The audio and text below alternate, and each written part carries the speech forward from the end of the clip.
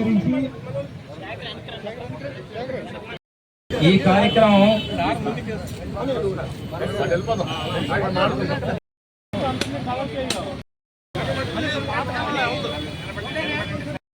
చూడాలి భర్త గారు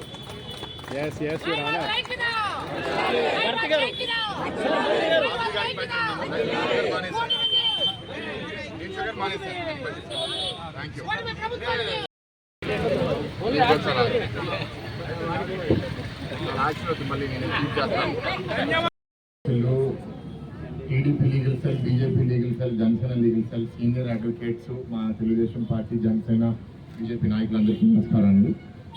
సాధారణంగా ప్రభుత్వం సిటిజన్స్ హక్కుల్ని కాపాడాలి.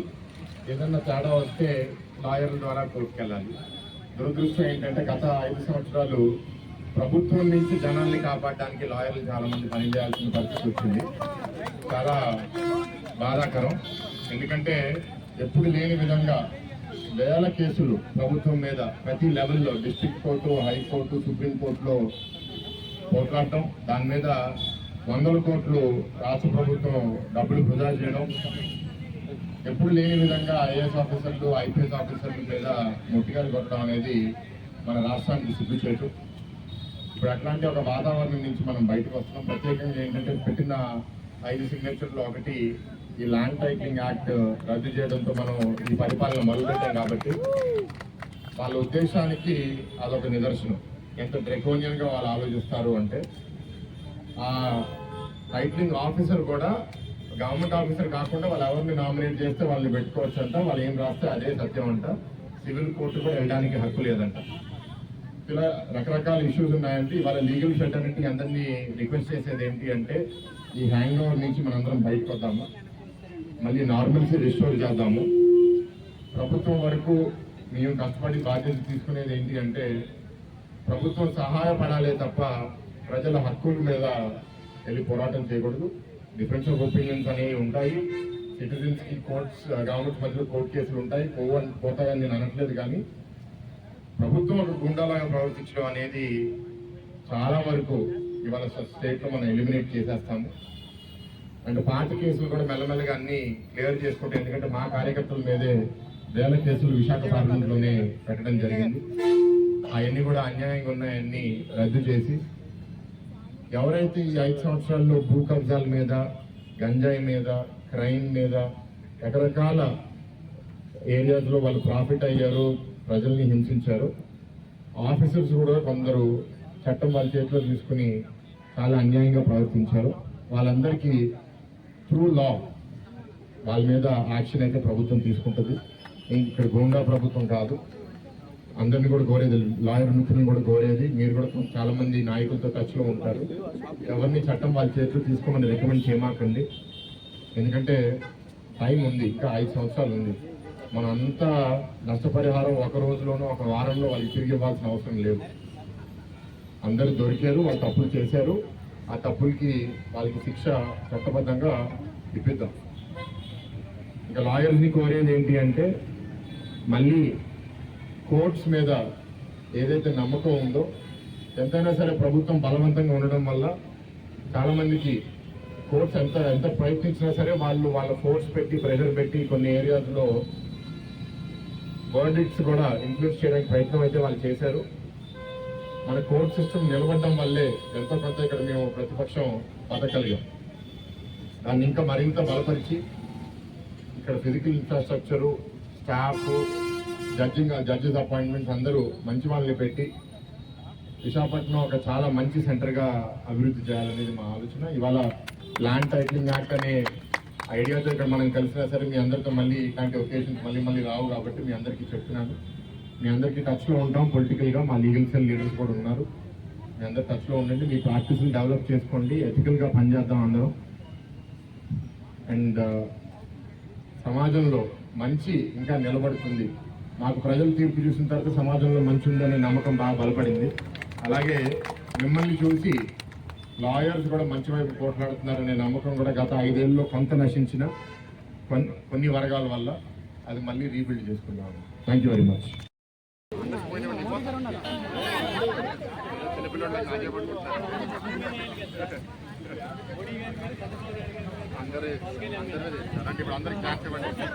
మా పవన్ మీద పోయాలి.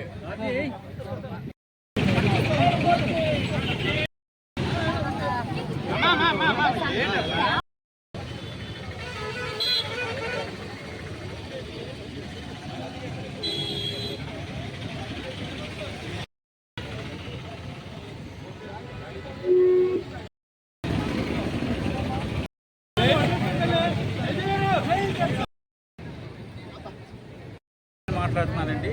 విశాఖపట్నం బార్ అసోసియేషన్ మెంబరు, అలాగే ల్యాండ్ టైటిలింగ్ యాక్ట్ గురించి పోరాటం కోసం ఏర్పాటు చేసినటువంటి స్టీరింగ్ కమిటీ ఏదైతే ఉందో స్టీరింగ్ కమిటీ మెంబర్ని, అలాగే మన Telugu Desam party parliamentary legal cell general secretary.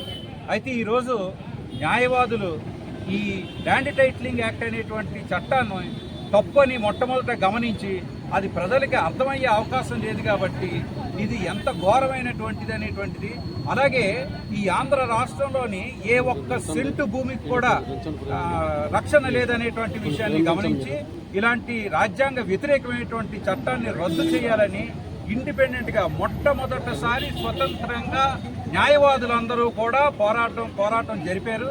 Visakhapatnam బార్లో స్టీరింగ్ కమిటీ ఏర్పాటు చేశారు. అలాగే స్టీరింగ్ కమిటీ కన్వీనర్గా బెవరా సత్యనారాయణ గారు, అలాగే శిబిరాన్ని 81 రోజుల పాటు నడుపుతూ శిబిరంలో ఉన్నటువంటి నిరాహార దీక్షలో పాల్గొన్నటువంటి పలక శ్రీరామూర్తి గారు, ఇలాగ న్యాయవాదులు చాలామంది కష్టపడి పనిచేశారు. ఏ ఒక్క న్యాయవాది ఈరోజు ఇక్కడ పేరు చెప్పలేకపోయినా కూడా ప్రతి ఒక్క న్యాయవాది కూడా ప్రతిరోజు, ఎందుకంటే పండగల్లోని కూడా ఎవరైనా సరే ఒకవేళ ఒకరిద్దరు లేకపోతే ఆ లోపాన్ని లేకపోతే అక్కడ ఆ ప్రదేశాన్ని కూడా ముస్లిం సోదరులు అందరూ వచ్చి వాళ్ళు కవర్ చేసి వాళ్ళు కూడా కంటిన్యూ చేశారు. అయితే ముఖ్యంగా మేము చెప్పదలుచుకున్నది ఏంటంటే ఈ పోరాటం అనేటువంటిది మొత్తం యావత్ ఆంధ్ర రాష్ట్రానికి పాకి ఆఖరికి ఇలాంటి తప్పుడు చట్టాలకి ప్రజలు బుద్ధి చెప్తారనడానికి ఈరోజు ఒక ప్రభుత్వం పడిపోవడానికి నిలువునా కూలిపోయిందండి, తుడిచిపెట్టుకుపోయింది. అలా తుడిచిపెట్టుకుపోవడానికి కారణం ఏపీ ల్యాండ్ టైటిలింగ్ యాక్ట్ అనేటువంటి ఒక దుష్ట చట్టాన్ని తయారు చేసి ప్రజల ముందు పెడితే ప్రజలు ఈరోజు ఒకటి గమనించాలని అందరూ కూడా, ప్రజలు డబ్బుకు లొంగిపోతారు, ఓటర్లు డబ్బుకి మాత్రమే ఓటు వేస్తారు, డబ్బుతో ఏదైనా చేయొచ్చు అనేటువంటిది పరమ అసత్యం, తప్పు. ఓటర్లు అలా లొంగరనేటువంటి విషయం భారతదేశానికే కాదు యావత్ ప్రపంచానికి ఈరోజు ఆంధ్ర రాష్ట్ర ప్రజలు నిరూపించి ఈ యాక్ట్ని ఏదైతే రద్దు చేస్తామని మాట ఇచ్చారో ఆ ప్రభుత్వాన్ని, కూటమి ప్రభుత్వాన్ని గెలిపించడమే కాకుండా చంద్రబాబు నాయుడు గారు తన అన్న మాట ప్రకారం మడం తిప్పకుండా 2వ సంతకం ఈ చట్టాన్ని రద్దు చేయడం కోసం సంతకం పెట్టారు. అందువలన ఈరోజు ఇది న్యాయవాదుల పోరాటం. కేవలం న్యాయవాదుల వలన ఒకప్పుడు మనకి ఎన్నెన్ని గొప్ప ఉద్యమాలు జరిగాయో ఈ ఉద్యమం మాత్రంలో ఒక ప్రత్యేకత ఉందండి. ఆ ప్రత్యేకత ఏంటంటే ఈ ల్యాండ్ టైటిలింగ్ ఉద్యమం న్యాయవాదులు చేయడంలో న్యాయవాదులు పూర్తి స్థాయిలో మొట్టమొదటిసారి గెలిచారు.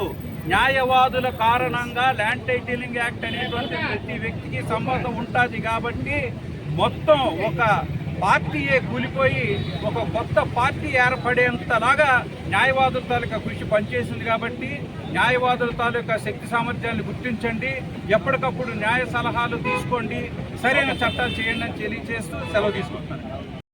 కూడా రాష్ట్ర వ్యాప్తంగా 60,000 మంది న్యాయవాదులు, అందులో ఆడవాళ్ళు మగవాళ్ళు అందరం కలిపి మేము 81 రోజు పాటు మా యొక్క విధులను బహిష్కరించి, ఎందుకంటే ఈ act model land titling act ఏదైతే ఉందో దాని మూలంగా ప్రజలకు రక్షణ లేకుండా పోతుంది, వాళ్ళని నివసించడానికి కూడా స్థలం లేకుండా పోతుంది అని చెప్పి మేము గుర్తించి న్యాయవాదుల పాత్ర ఏంటంటే స్వతంత్రంలో తీసుకున్నా కూడా స్వతంత్ర ఉద్యమంలో తీసుకున్నా కూడా న్యాయవాదులే మొదట ఉన్నారు. ఆ విధంగా స్వాతంత్ర ఉద్యమంలోని పాల్గొని ప్రాణాలు త్యాగం చేసిన న్యాయవాదులు ఉన్నారు. ఆ విధంగా దేశాన్ని స్వాతంత్రం తీసుకొచ్చిన న్యాయవాదులే ముఖ్యంగా.